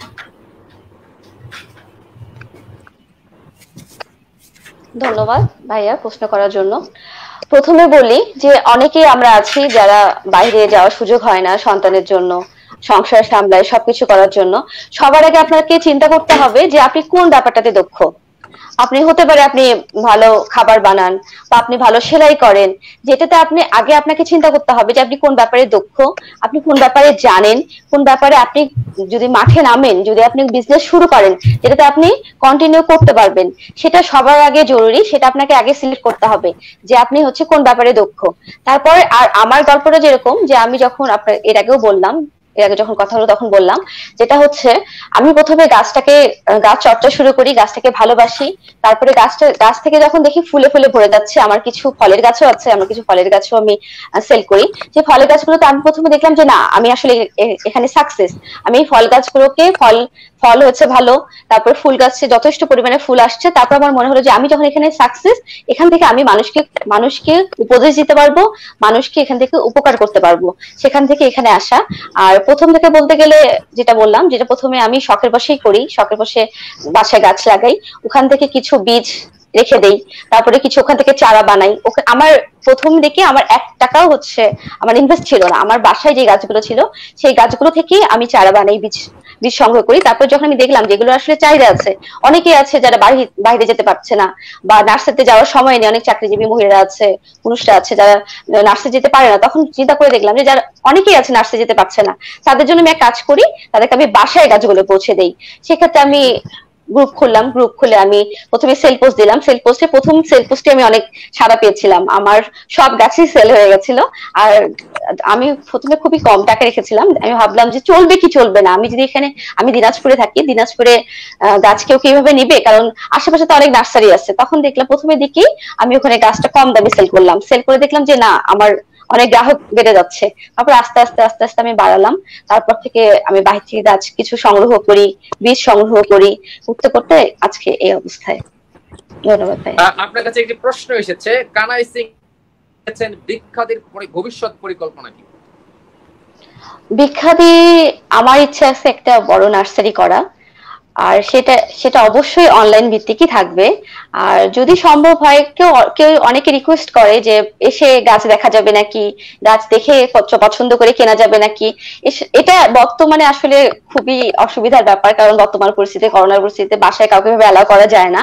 সেক্ষেত্রে ভবিষ্যতে যখন দেশের পরিস্থিতি ভালো হয়ে যাবে, পৃথিবীর পরিস্থিতি ভালো হয়ে যাবে, তখন এরকম একটা ইচ্ছা আছে যে কেউ যদি এসে চায় যে এখান থেকে গাছ নেবে। আর আমার একটু বড় করার ইচ্ছা আছে, নার্সারি বানানোর ইচ্ছা আছে। আমার জায়গার স্বল্পতা নেই, আমার অনেক জায়গা আছে নিজের, ওখান থেকে আমি কিছু চাষ করতে চাই। যেরকম আমার পরিকল্পনা আছে আপনার শাপলা চাষ, তারপরে জারবেরা চাষ। আমি গাছ সাথে সাথে কিছু ফুলের চাষ করতে চাই, যেখান থেকে আমার কিছু আর্ন হবে। আর আরো যে আমি কিছু, যখন আমারটা বড় হয়ে যাবে, তখন তো আমি একা করতে পারবো না, তখন আমাকে লোক নিতে হবে, তাদেরও কর্মসংস্থান হয়ে যাবে। সব মিলে এরকম চিন্তা ভাবনা আছে। তনুশ্রী মজুমদার, আপনার কাছে আরেকটি প্রশ্ন এসেছে এভাবে যে, তনুশ্রী মজুমদার, আপনি যখন অনলাইন প্ল্যাটফর্মে আপনার ব্যবসাটাকে চালিয়ে নিচ্ছেন, তাহলে আপনি কি কোনো প্রশিক্ষণের ব্যবস্থা বা প্রশিক্ষণের ভিডিও করে আমাদেরকে সার্ভিস দিবেন কিনা? যে ভিডিওগুলো পেলে আমরাও হয়তো দূরের কোথাও থেকে প্রশিক্ষণ নিতে পারি, হয়তো সেটা পেইড হতে পারে, যে প্রশিক্ষণের টোটাল বিষয়টা আপনি কারিকুলাম, যেমন এমএসবি একাডেমি কাজ করে যাচ্ছেন এরকম, যে তারা বিভিন্ন বিষয়গুলো তুলে আনছেন, তুলে এনে তারা সেগুলোর সাথে ভিডিও বানিয়ে ভিজুয়ালাইজেশনের মাধ্যমে তাদের ক্রেতা বা তাদের দর্শকদের কাছে পাঠিয়ে থাকেন। আপনার কি এরকম কোনো পরিকল্পনা রয়েছে কিনা, যেখানে আপনি সফলতার সাথে এই কাজ করে যাচ্ছেন? অবশ্যই এরকম পরিকল্পনা আছে। কেউ যদি চায় যে আমার কাছ থেকে কোনো সাজেশন নিতে চায় বা আমার কাছ থেকে উপকৃত হবে, কেউ যদি এরকম কিছু চায়, অবশ্যই আমি কাজ করবো এটা নিয়ে। ধন্যবাদ তনুশ্রী মজুমদার, আপনি আমাদের সাথে সম্পর্ক থাকবেন। আমি একটু ফিরে যেতে চাই সাইফুল ইসলাম বাট্টা প্রধান। সাইফুল ইসলাম বাট্টা প্রধান, আপনার কাছে আমি এবার আলোচনা করতে চাই এইভাবে যে বড় একটি বাজেট আজকে পাশ হলো, সেই বাজেটে অনেক বিষয় প্রণোদনা দিয়েছেন সরকার, গণমুখী একটি বাজেট করেছেন। সেই বিষয়ে আপনি জানেন যে কৃষি এবং শিল্প উদ্যোক্তাদের জন্য বড় খাত রেখেছেন, ঠিক তেমনই অনলাইন প্ল্যাটফর্মে এবার বাজেটে অনেক বেশি প্রণোদনা দিয়েছেন বা বাজেটে খুব বরাদ্দ রেখেছেন। যে কারণ আপনি জেনেছেন যে আমরা যে এখন কথা বলছি, সারা বিশ্ব আমাদের দেখছে এই অনলাইন প্ল্যাটফর্মের জন্যই, অনলাইনে ডেভেলপমেন্টের জন্য। ঠিক আপনার কি মনে হয় এই বাজেটে যতটুকু বরাদ্দ রেখেছেন তা কি ঠিক আছে কি, বা আরো কিছু করা যায় কিনা, বা আপনি এই আলোকে কি বলতে চান আমার দর্শকদের উদ্দেশ্য বলবেন? জি ধন্যবাদ। আসলে বাজেট নিয়ে সংক্ষেপে বলা খুবই কঠিন একটা কাজ। বাজেটের গবেষণার বিষয় রয়েছে, বাজেট স্টাডির বিষয় রয়েছে। বাজেটকে হুট করে একটা মন্তব্য করা ইজ ভেরি ডিফিকাল্ট। আমি বাজেটের বিষয়টা একটু পরে আলোচনা করতে চাই। বাজেটের আলোচনা আমার মনে হয় যে আমরা অন্য একটা অনুষ্ঠানে করলে ভালো হয়। জনাব সাইফুল ইসলাম, বাজেটের বিস্তারিত আলোচনা আসলে আমাদের পক্ষে এখানে রাখাও সম্ভব না। আমরা আজকের অনুষ্ঠানে এই মূল কিওয়ার্ডে যাই। আমি বলতে চাচ্ছি যে আমাদের দুজন উদ্যোক্তা রয়েছেন দুটি প্ল্যাটফর্মে, একজন রয়েছেন কৃষি রিলেটেড, আপনি অলরেডি জেনেছেন, এবং আরেকজন রয়েছেন আমাদের সবচেয়ে কাছের যে প্ল্যাটফর্মটি এখন আমাদের কাছে রয়েছে, অনলাইন প্ল্যাটফর্ম। এই দুইটি প্ল্যাটফর্মে কিন্তু অবহেলিত পাওয়া যায় আমাদের দেশে। আমরা বলে থাকি যে অনলাইন প্ল্যাটফর্ম, আপনি দেখে থাকবেন ইন্টারনেট কানেকশন চলে যায়, আপনি দেখে থাকবেন যে কারেন্ট নেই, আপনি দেখে থাকবেন এখন একটা ভালো প্রতিষ্ঠান নেই যেখানে আমাদের বাচ্চাদের, আমাদের তরুণদের শিখাবে। এখন একটি ভালো ইনস্টিটিউশন গড়ে ওঠেনি যারা সঠিকভাবে আমাদের সন্তানদের শিখিয়ে অর্থকারী মানুষ হিসেবে তৈরি করবে। এই বিষয়ে আসলে জানতে চাই বাজেটে। আমি বুঝতে পেরেছি, আমি আপনার কথা বুঝতে পেরেছি। আমরা বাজেট নিয়ে মূলত আলোচনা করছি না। আজকে যে বরাদ্দের কথা আসছে কৃষি ক্ষেত্রে এবং আইসিটি সেক্টরের জন্য, কিন্তু কিছু বিষয় এখানে আলোকপাত করতে হচ্ছে। যখন আপনি কোনো বাজেটকে বাস্তবায়ন করতে যাবেন, সেই সেক্টরটা তৈরি কিনা এটা দেখা দরকার আগে। আমরা অনলাইনের যে আইসিটির যে বিজনেসগুলি সারা বিশ্বব্যাপী চলছে, অনলাইনে বাংলাদেশের যে প্ল্যাটফর্মগুলি তৈরি হয়েছে, কিন্তু এই অনলাইন প্ল্যাটফর্মের গুলির কোনো একটা সমন্বয় আমি আজ পর্যন্ত দেখিনি। আপনি যদি আমার ফ্রেমটা ছোট করেন, আমি উদ্যোক্তাদেরকে দেখতে চাই, তাহলে ওনাদের বুঝতে সহজ হবে। ধন্যবাদ। তো আপনি দেখেন যে অনলাইনে ওনারা কেউ আউটসোর্সিং শেখাচ্ছেন, কেউ অনলাইনে বিভিন্ন পণ্য বিক্রি করছেন, কেউ অনলাইনে বিভিন্ন ভিডিও দেখাচ্ছেন, তার বিনিময়ে তিনি গুগল থেকে বা ফেসবুক থেকে আর্ন করছেন। এই যে প্ল্যাটফর্মগুলি তৈরি হয়েছে, এর কোনো একটা নির্দিষ্ট সেক্টর তৈরি হয়নি। যেমন ধরেন আমি যেটা বলতে চাচ্ছি, ব্যবসায়ীদের যেমন FBCCIC একটা প্রতিষ্ঠান আছে, গার্মেন্টসদের জন্য একটা আলাদা সংগঠন রয়েছে, ঠিক তেমনি এই আইসিটি সেক্টরের, এই অনলাইন বিজনেস সেক্টরের তেমন কোনো জোরালো প্রতিষ্ঠান এখন পর্যন্ত তৈরি হয়নি যারা সরকারের সাথে আলোচনা করে কোনো বিষয়কে তারা স্টাবলিশ করতে পারেন বা তাদের সমস্যাগুলি সেখানে আলোচনা করতে পারেন। আরেকটা কথা আমি একটু দিতে চাই, আপনার সাথে সংযুক্ত করতে চাই। আমার হয়তো আপনার একটু না জানার ইয়ে থাকতে পারে। আইসিটি সেক্টরের জন্য ইক্যাব রয়েছে, তারপর জনাব মাসুদ বাদিস্তা ভালো বলতে পারবেন, তারা খুব জোরালো ভূমিকা রাখছেন। কিন্তু আসলে কি আমাদের দেশে এই প্ল্যাটফর্মটা নতুন হওয়ার কারণে, এখনো মানুষ বুঝে ওঠা না হওয়ার কারণে থোক বরাদ্দটা বাড়ছে না। কিন্তু এবার করোনা আমাদেরকে বুঝিয়ে দিল যে আমাদের এই সেক্টরটা কতটা ডেভেলপমেন্ট করা দরকার। জনাব মাসুদ বাদিস্তা আমার সাথে সংযুক্ত হবেন আমি আশা করি এই বিষয়ে। এখন আসলে এটা তো অবশ্যই, এমনকি সরকারের অনেক প্রতিনিধিও বুঝতে পেরেছে যে অনলাইনে আসলে ফিউচার, কারণ ওরাও কিন্তু বাজেট রিলেটেড ইস্যু এবং আদার্স যে কমিউনিকেশন এখন কিন্তু তারা অনলাইনে ভিডিও কলিং এর মাধ্যমে করছে। এখন আমার কাছে যেটা মনে হয় সরকারের উচিত যে এই জিনিসটা একদমই সবার কাছে অ্যাভেলেবল করা। এর জন্য যেই কাজটা করতে পারে, বাইরে থেকে যে প্রোডাক্টগুলো আনে ওগুলা কিন্তু ট্যাক্স অনেক বেশি থাকে, এর জন্য কিন্তু প্রাইসটা বেড়ে যায়। যেখানে যদি ইউএসএ তে কোনো প্রোডাক্টের প্রাইস বা কোনো মনিটরের প্রাইস যদি $100 হয়, আমাদেরকে কিন্তু কিনতে হয় $120, $30, $40। এর মানে আমরা একটা গরিব কান্ট্রি হিসাবে আমরা কিন্তু আসলে বেশি টাকা পে করে আসলে কিনছি বাইরের প্রোডাক্টগুলা। এখন এর জন্য আসলে এই বিষয়টাও কিন্তু, এই কারণটাও কিন্তু আসলে অনেক ক্ষেত্রে আসলে আমাদেরকে অনলাইন মুখী করছে না। কারণ যাদের বাজেট কম বা যারা একটু নিম্নবিত্ত তারা কিন্তু কম্পিউটার কেনার কথা চিন্তাই করতে পারছে না। কিন্তু এগুলা যদি আসলে সুলভ মূল্যে পেত, তাহলে কিন্তু আসলে সবাই যখন অনলাইনের বিষয়গুলোর অ্যাক্সেস পেত, তাহলে কিন্তু আসলে এই জিনিসটার প্রসারও আসলে তত বেশি হতো। যদিও আপনাদের কি কোনো সংগঠন রয়েছে যারা সরকারের কাছে জোরালো ভূমিকা রাখে এই বিষয়ে? আসলে আমরা ওই সরকারি ওইসব জায়গায় আসলে কানেক্টেড না ওইভাবে, আমরা মেইনলি প্রাইভেট ওয়েতেই কাজ করছি। জি ধন্যবাদ। বার্তা প্রধান, যে আমি যে কথাটা আমি বলতেছিলাম, আসলে আমার শেষ হলে জিনিসটা পরিষ্কার হতো। আপনি আমার ফ্রেমটা ছোটই করে দিন। সরকারের সাথে আপনি জানেন যে কথাটা একটু আগে মাসুদ সাহেব বললেন যে আমদানি করতে গেলে বিভিন্ন জিনিসের ট্যাক্স বেশি পড়ে যায়, যার কারণে তাদের কষ্ট হয়। কিন্তু আপনি একটা জিনিস দেখেন, ওনারা যে ব্যবসাটা করছেন এখান থেকে সরকারের কিন্তু কোনো আয় নেই। আপনি জানেন যে বাজেট নিয়ে আমি যদি কথা বলতে যাই, বাজেটের সবচেয়ে বড় বিষয় হচ্ছে আয়। সরকার যখন আয় না করতে পারবে তখন রাষ্ট্রের কাছে তারা ব্যয় করতে পারবে না। এবং বারবারই সরকার ব্যাংক থেকে ঋণ নিচ্ছে, বিভিন্ন সাহায্য সংস্থা থেকে ঋণ নিচ্ছে, কিন্তু আয়টা যদি না হয়, ট্যাক্স এবং ভ্যাট যদি প্রপার ওয়েতে আয়টা না হয়, তাহলে কিন্তু সরকার বাজেট দিয়ে সেটা বাস্তবায়ন করতে পারে না। আমরা প্রতি বছরই দেখি বাজেটে ঘাটতি। প্রত্যেকটা বছর একটা লক্ষ্যমাত্রা দিয়ে দেওয়া হয় এনবিআর কে যে এই ট্যাক্স কালেকশন করতে হবে। আপনি যদি দেখেন যে যতগুলি অনলাইন ব্যবসা বাংলাদেশে রয়েছে, যতগুলি বড় বড় কোম্পানি রয়েছে, তাদেরও কিন্তু ট্যাক্সেশনের কোনো সিস্টেম এখন পর্যন্ত তৈরি হয়নি। এখন যখন সরকার কোন রকম আয় এই সেক্টর থেকে পাবে না, তখন এখান থেকে প্রণোদনা দেওয়া সরকারের জন্য বেশ কঠিন, কোন রকম লোন দেওয়া তো সরকারের জন্য কঠিন। এই জন্য নীতিমালা নেই। আমি এই কথাটাই বলতে চেয়েছি। যেমন ধরেন আপনি গার্মেন্টস সেক্টর বলেন বা যে কোনো ব্যবসায়ী সেক্টর বলেন, প্রত্যেকের একটা করে সমিতি আছে এবং সমিতি নিয়ে সরকারের সাথে একটা দেন দরবার হয়। সবসময় একটা আলোচনার ভিত্তিতে ভ্যাট ট্যাক্স গুলি নির্ধারণ করা হয় যে এই প্রোডাক্টের জন্য এই ভ্যাট দিতে হবে, এই সেবার জন্য এই ভ্যাট দিতে হবে। কিন্তু এই অনলাইন যে সেক্টরটা, যার একটা মোবাইল আছে, উনি ফেসবুক থেকে একটা অ্যাকাউন্ট করলেন, এটা টোটালি একটা নির্ভরশীল একটা প্রক্রিয়া। কারণ আপনি ফেসবুক রিলেটেড যে কাজগুলি করছেন, যদি মার্ক জুকারবার্গ আজকে আপনাকে মোবাইল বন্ধ করে দেয়, আপনার ফেসবুকটা বন্ধ করে দেয়, আপনার ব্যবসা শেষ।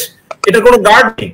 তো এই কারণে আমি বলতে চাচ্ছিলাম যে সরকারের উচিত এই অনলাইন উদ্যোক্তা যারা রয়েছেন তাদেরকে অবশ্যই গুরুত্ব দেওয়া, সবার আগে বেশি প্রায়োরিটি দেওয়া, কিন্তু পাশাপাশি তাদের সাথে একটা সমন্বয় করে বাংলাদেশের মধ্যে আমরা যেমন বঙ্গবন্ধু স্যাটেলাইটের মাধ্যমে বিভিন্ন সহযোগিতা নিচ্ছি, ঠিক ওইরকম বাংলাদেশের প্ল্যাটফর্মের জন্য ফেসবুকের মতো একটা জনপ্রিয় মাধ্যমের মতো, যেহেতু এই বিজনেসটা বাংলাদেশ রিলেটেড হবে, সেরকম একটা অনলাইন প্ল্যাটফর্ম গভর্নমেন্টের তৈরি করা দরকার, যেখানে যারা সবাই রেজিস্ট্রেশন হবেন, নিবন্ধিত হবেন এবং এই ব্যবসা তারা ওইখান থেকে করবেন, এখান থেকে একটা আয়, একটা ভ্যাট সরকার নিয়ে নেবে, যাতে তারা এই প্ল্যাটফর্মটা ঠিক রাখতে পারে। আমি একটু সংযুক্ত করতে চাই, এইভাবে আসলে অনলাইন প্ল্যাটফর্ম এখনো বড় পরিসর প্রসার ঘটেনি। আমি একটা কথা বলতে চাচ্ছিলাম, আমি ফিরবো, আমি শিখতে চাই আসলে অনলাইন প্ল্যাটফর্মের অনেকগুলো ইয়ে রয়েছে, সংগঠন রয়েছে, সরকারি বরঞ্চ 2020-22 অর্থ পর্যন্ত সম্পূর্ণ ফ্রি অফ ট্যাক্স তাদেরকে দিয়েছেন। এখানে আসলে ট্যাক্স নেওয়ার তো দূরের কথা, সরকার বরং তাদেরকে ট্যাক্স ফ্রি করে দিয়েছেন, যারা আসলে ইনকাম করে থাকেন তাদেরকে উৎসাহী করার জন্য। আমার মনে হচ্ছে যে এটি আরো বাড়িয়ে দেওয়া উচিত এই সেক্টরে। কারণ কি আমি বলছি এভাবে যে এই সেক্টরে একমাত্র সরাসরি ডলার বাংলাদেশে আসে, যেটা সরকারের রেমিটেন্সের যোগ হয়। আপনি যদি এখনই ট্যাক্স প্রদান করেন, আপনি যদি এখনই তার উপরে ইনকামের উপর কর আদায় করতে চান, তাহলে অনুৎসাহিত হবে। এটি একটি বড় প্ল্যাটফর্ম আমাদের। আপনার রেমিটেন্স যেভাবে আপনারা আরএমজি সেক্টর থেকে আনছেন, আরএমজি সেক্টরের পরের সেক্টরেই চলে যাচ্ছে আমাদের এই অনলাইন সেক্টর। সেখানে সরকার প্রথমে কিন্তু বড় রকমের অর্থ পাচ্ছে, যে টাকাটা উইথড্রল হচ্ছে ব্যাংকে, সরকারের রেমিটেন্স কাজে জমা হচ্ছে, বছরে 1000 কোটি টাকা এখন অর্থ আসে। এটি সরকারের জন্য বড় প্রাপ্তি। সুতরাং সরকারকে আরো প্রণোদনা দেওয়া উচিত। আমি আপনার কথা বলেছি, আমি আপনার কথা বুঝেছি, কিন্তু এখানে আমার প্রশ্নটা যেখানে ছিল যে যারাই অনলাইন ব্যবসাটা করছেন তাদের এই সেক্টরের ব্যবসাটার যেই মাধ্যমটা দিয়ে ওনারা ব্যবসাটা করছেন সেই মাধ্যমটা ওনারা সেভ করতে পারছেন না। কোনো কারণে তার অ্যাকাউন্টটা যদি হ্যাক হয়ে যায়, বন্ধ হয়ে যায়, তাহলে ওনার ব্যবসাটা বন্ধ হয়ে যাবে, ওনাকে আবার আরেকটা অ্যাকাউন্ট খুলতে হবে। এই ক্ষেত্রে ঠিক বলেছেন আপনি, এই জিনিসগুলি যদি আমরা সমন্বয় করতে পারি এবং যারা যারা অনলাইনে ব্যবসা করেন তারা যদি একটা প্ল্যাটফর্মে একত্রিত হতে পারেন, যার যার ব্যবসা তার করবেন। যেমন এফবিসিসিআই, তার এফবিসিসিআই কোনো ব্যবসা প্রতিষ্ঠান নয়, যার যার ব্যবসা প্রতিষ্ঠান নিয়ে তারা এখানে একটা সংগঠন করেছেন, যাতে সরকারের সাথে কোনো বিষয় নিয়ে নেগোসিয়েশন করতে পারেন, সুবিধা অসুবিধা আলোচনা করতে পারেন। আমি মনে করি ওনাদের এরকম একটা প্ল্যাটফর্ম তৈরি করা দরকার। আপনি যেটা বললেন যে খুব ছোট পরিসরে বাংলাদেশে চলছে, কিন্তু আমি গত 10 বছরে যেই পরিমাণ অনলাইন বিজনেস আমি দেখছি, বিশেষ করে বাসায় আমাদের মা বোনরা, আমাদের সন্তানরা কিন্তু প্রতিদিন ফেসবুক থেকেই একটা ড্রেস চয়েস করছেন, অর্ডার দিচ্ছেন। রাইট, জি ধন্যবাদ। আমি এতটুকুই বলতে চেয়েছিলাম। জি ধন্যবাদ। বার্তাবধান সময় স্বল্পতার জন্য আমরা অনুষ্ঠান আর দীর্ঘায়িত করছি না। আমরা আপনার সাথে সংযুক্ত আবারও কোন অনুষ্ঠান। আমি শেষবারের মতো যেতে চাই তনুশ্রী মজুমদারের কাছে, সিইও বৃক্ষাদি। তনুশ্রী মজুমদার, আমরা অনুষ্ঠানে একবারে শেষ প্রান্তে রয়েছি। আমরা আসলে আপনার সাথে কথা বলতে চেয়েছিলাম, আরো মনে আমাদের দর্শকদের অনেকে লিখছেন, শুনতে চাচ্ছেন আপনাদের গল্প, কিন্তু সময় স্বল্পতার জন্য আজকে আসলে পারছি না। আমরা একটি প্রশ্ন নিতে যাই। প্রশ্নটি লিখেছেন তসলিম উদ্দিন, কৃষকদের জন্য মাঠ পর্যায়ে কাজের বৃদ্ধি। আসলে এইটি আপনার সম্পৃক্ত না, তিনি যেটি লিখেছেন কৃষকদের জন্য মাঠ পর্যায়ে কাজের বৃদ্ধি কি, এইটি আসলে আপনার কাছে সম্পৃক্ত না। আমি আপনার মাইক টোন করি, আপনার কাছে যেটি জানতে চাই শেষবারের মতো, আপনি শেষবারের মতো আমাদের দর্শকদের উদ্দেশ্যে কিছু বলবেন যে এই বৃক্ষাদির কার্যবলী সারা বাংলাদেশে কিভাবে আপনি ছড়িয়ে দিবেন, এবং আপনাকে দেখে অনুপ্রাণিত হয়ে এরকম নারী উদ্যোক্তারা কিভাবে আসতে পারে, ফাইনাল আপনি তাদেরকে বলবেন। প্রথমে বলি যে আপনারা গাছ লাগান, পরিবেশ বাঁচান, গাছের বিকল্প কিছু নাই। আপনার গাছ সবচেয়ে ভালো বন্ধু, এটা কিন্তু সবাই জানে, আমরা ছোটবেলা থেকেই শিখে আসছি। আপনার গাছ যেভাবেই হচ্ছে আপনারা গাছটাকে লাগাতে চান, ঘরে, বেলকনিতে, বারান্দায়, যেখানে চান সেখানে লাগাতে পারবেন। আর বৃক্ষাদি আমার পেজে ঢুকে বা আমার কাছে যদি আপনারা কোনো গাছ চান, আমি অবশ্যই কুরিয়ারের মাধ্যমে সারা দেশে পৌঁছে দিতে পারবো। আর কি বলেন ভাইয়া? আপনার কাছে অনুপ্রাণিত কিছু বাণী শুনতে চাই, যেন আমাদের নারী উদ্যোক্তা আরো বাড়তে পারে, আমাদের সমাজে আমাদের মা বোনরা ভূমিকা রাখতে পারে, দেশের অর্থনীতির জন্য ভূমিকা রাখতে পারে, এমন কি করতে পারে আপনি সেই বিষয়ে আমাদের জন্য অনুপ্রাণিত কিছু বলবেন। অবশ্যই আপনারা ঘরে বসেই কাজ করতে পারেন, আপনারা যে বিষয়ে দক্ষ সেই বিষয়ে কাজ করতে পারেন। আপনারা চাইলে সেলাই থেকে শুরু করে খাবার বানাতে পারেন, যেটাতে আপনারা দক্ষ সেই কাজই করতে পারেন। কাজ করতে নিজে আর্ন করতে পারেন, পরিবারের পাশে দাঁড়াতে পারেন, ঘরে বসেই সবই সম্ভব, অনলাইন ভিত্তিক ভাবেই সব সম্ভব। গাছটা যদি সম্ভব হয়ে থাকে তাহলে সবই সম্ভব। জি তনুশ্রী মজুমদার, অসংখ্য ধন্যবাদ আপনাকে আমাদের সাথে সম্পৃক্ত থাকার জন্য। আপনি আমাদের সাথে থাকবেন। আমরা আসলে সময় স্বল্পতার জন্য অনুষ্ঠানে আর বর্ধিত রাখছি না, আমরা আবারও কোনো অনুষ্ঠানে আপনাকে ডাকবো, আরো বড় আকারে গল্প শুনবো। আপনার এমন গল্প শোনাতে চাই যে আপনার বৃক্ষ দেশ থেকে দেশের বাইরেও এখন কুরিয়ারের মাধ্যমে যাচ্ছে, আপনার কাস্টমার অনেকটা দেশের বাইরেও চলে গেছে, তারাও আপনার কাছ থেকে কুরিয়ারের মধ্যে পণ্য নিচ্ছে। সেই পর্যন্ত আপনি ভালো থাকবেন, সুস্থ থাকবেন। আমি শেষবারের মতো যেতে চাই মাসুক সরকার বাতিস্তা আপনার কাছে। মাসুক সরকার বাতিস্তা, স্বাগত আবার আপনাকে। মাসুক, আপনার কাছে কিছু প্রশ্ন এসেছে, আমি একটু একবার করে রিভিউ করে নিচ্ছি। আপনার কাছে লিখেছেন আশিক রাজ, এমএসবি একাডেমি অলওয়েজ সাপোর্ট দিয়ে থাকে, আপনার প্রশংসা করেছেন, তারা আপনার কাছ থেকে আরো এরকম সাপোর্ট পেতে আশা করেন। আপনার কাছে লিখেছেন Dewan Ayon, Masuk is the best supporting from Canada. তিনি কানাডা থেকে আপনার কাস্টমার হয়েছেন, তিনি আপনাকে স্বাগত জানিয়েছেন। আমি যেটি বলেছিলাম যে আপনি ছড়িয়ে দিচ্ছেন আপনার প্ল্যাটফর্ম দেশ এবং দেশের বাইরে, যেখানে বাংলা ভাষাভাষী রয়েছে সবাইকে। আপনার কাছে আরেকজন প্রশ্ন করেছে মাসুক ভাই, আপনার কাছে আসলে তিনি মানে নিউবি, যে আপনার কাছে জানতে চাই কোন কাজটা দিয়ে শুরু করলে ভালো হয়। আসলে দর্শক, আমরা এই প্রশ্ন আগে উত্তর দিয়ে ফেলেছি। আমরা শেষবারের মতো মাসুক আপনার কাছে জানতে চাই একটি সাকসেস স্টোরি, যে স্টোরিতে অনুপ্রাণিত হবে আমাদের সন্তানরা, আমাদের ভাইরা, আমাদের তরুণ সমাজ, যারা আসলে অনেকেই বিপদগামী, যারা হতাশায় ভুগছেন, যারা সমাজে এখনো চাকরি করছেন, তাদের উদ্দেশ্যে আপনি কিছু বলবেন, যারা আপনাদের মাধ্যমে অনুপ্রাণিত হয়ে দেশের জন্য কাজ করবেন। আসলে আমাদের তরুণ প্রজন্মের সবারই একটা জিনিস মনে রাখা লাগবে, আপনি প্রত্যেকটা সেক্টরেরই আসলে মিলিয়ন বিলিয়ন ডলারের মার্কেট আছে। আপনি যদি একটা বিষয়, যে কোনো একটা পার্টিকুলার বিষয় যদি ভালোভাবে শিখেন, এটা অনলাইন বা অফলাইন যে কোনো মাধ্যমেই হোক, সেই স্কিলটা আপনি অনলাইনের যে কোনো জায়গায় সেল করতে পারবেন বা সার্ভিসটা দিতে পারবেন। এর জন্য আপনাকে হয়তো শুরুর দিকে আপনার যেই মার্কেট প্লেসে কাজ করবেন, সেই মার্কেট প্লেসের হয়তো আপনার প্রোফাইলটা একটু লো গ্রেডের থাকবে, হয়তো আপনি শুরুতে কাজ পাবেন না। কিন্তু এই সময়টার মধ্যে আসলে মেইনলি সবাই আসলে নতুন যারা, তারা হতাশ হয়ে কাজটা ছেড়ে দেয়, চাকরির পিছে চাকরি খুঁজে আর কি। কিন্তু এই ধৈর্যটা যদি তাদের মিনিমাম থাকে, একটা বিষয় স্কিলফুল হওয়ার পর তারা যদি ধৈর্যটা দেয় মার্কেট প্লেসে বা ক্লায়েন্টকে সার্ভিস দেওয়ার জন্য, তাহলে কিন্তু আস্তে আস্তে তারা যে কোনো স্কিলে যদি তারা গ্রো করে, সেই স্কিলটাকে আসলে অন্য একটা লেভেলে নিয়ে যেতে পারবে ইনকাম করার মাধ্যমে। কিন্তু এই যে ধৈর্যটা, তরুণ প্রজন্মের আসলে ধৈর্যটা কম, এই ধৈর্য শক্তিটা যদি একটু বাড়ায়, আর টেকনোলজিটাকে আসলে আপন করে নিতে হবে। টেকনোলজি দিয়ে কিন্তু আসলে খারাপ কাজও করা যায়, অথবা চাইলে সেটাকে খুবই ভালো ওয়েতেও কাজে লাগানো যায়। আমাদের যদি মেন্টালিটি সবসময় থাকে যে টেকনোলজি ইউজ করে এই ইন্টারনেটকে কাজে লাগিয়ে ভালো কিছু করব, সবসময় শিখার মধ্যে যদি আমরা থাকি এবং সেই শিখা কাজটাকে যদি ইমপ্লিমেন্ট করার ট্রাই সবসময় মাথার মধ্যে যদি এই বিষয়টাই যদি কাজ করতে থাকে, তাহলে কিন্তু আসলে সাকসেস পাওয়াটা তেমন কোনো ডিফিকাল্ট না।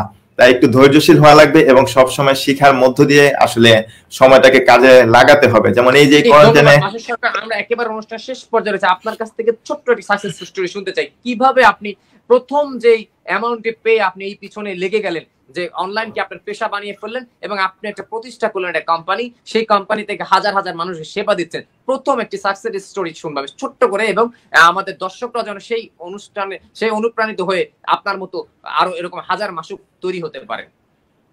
ওই তো আমি শুরুতেই বলেছিলাম যে আসলে স্টুডেন্ট বয়সে আমার বাসা থেকে হাত খরচ দিত না, তাই আসলে আমি চাচ্ছিলাম যে ইনকাম করব। এই জন্য আমি ফার্স্টে অ্যাপ ডেভেলপমেন্টটা শুরু করি, কারণ আমার কাছে মনে হয়েছিল যে অ্যাপ ডেভেলপমেন্টে শুধুমাত্র টিম ছাড়া নিজেই করা যেতে পারে, কারণ অ্যাপ ডেভেলপমেন্ট খুবই ছোট একটা জিনিস। এবং সেই সময় আমি রিংটোন টাইপের অ্যাপ, বেসিক টাইপের যে অ্যাপ, গাইডলাইনের অ্যাপ, কোনো গেমের গাইড, এরকম ছোটখাটো অ্যাপ বানাতাম। তো বানানোর সময় আমি যখন এগুলোকে গুগল প্লে স্টোরে ছাড়তাম, তখন আমার মধ্যে একটা কোশ্চেন আসছিল আর কি, যে গুগল প্লেতে যে আমি অ্যাপ ছাড়ছি, সবাই যে ছাড়ছে, আসলে প্রফিটটা কোথা থেকে হচ্ছে। তো এখান থেকে আমি আসলে আমার যে ডেভেলপ করা অ্যাপগুলা, সেই অ্যাপগুলাতে আমি গুগল অ্যাডমবের অ্যাড ইন্টিগ্রেট করি। তারপর আমার অ্যাপগুলা যখন ডাউনলোড হয়, তখন প্রতি ক্লিকে ভিউয়ারদের ক্লিক থেকে আমি আসলে ইনকামটা জেনারেট করতে থাকি। এবং $120 যখন আমার ফার্স্ট হয়েছিল, তখন সরাসরি সেটা আমার ব্যাংকে এসেছিল।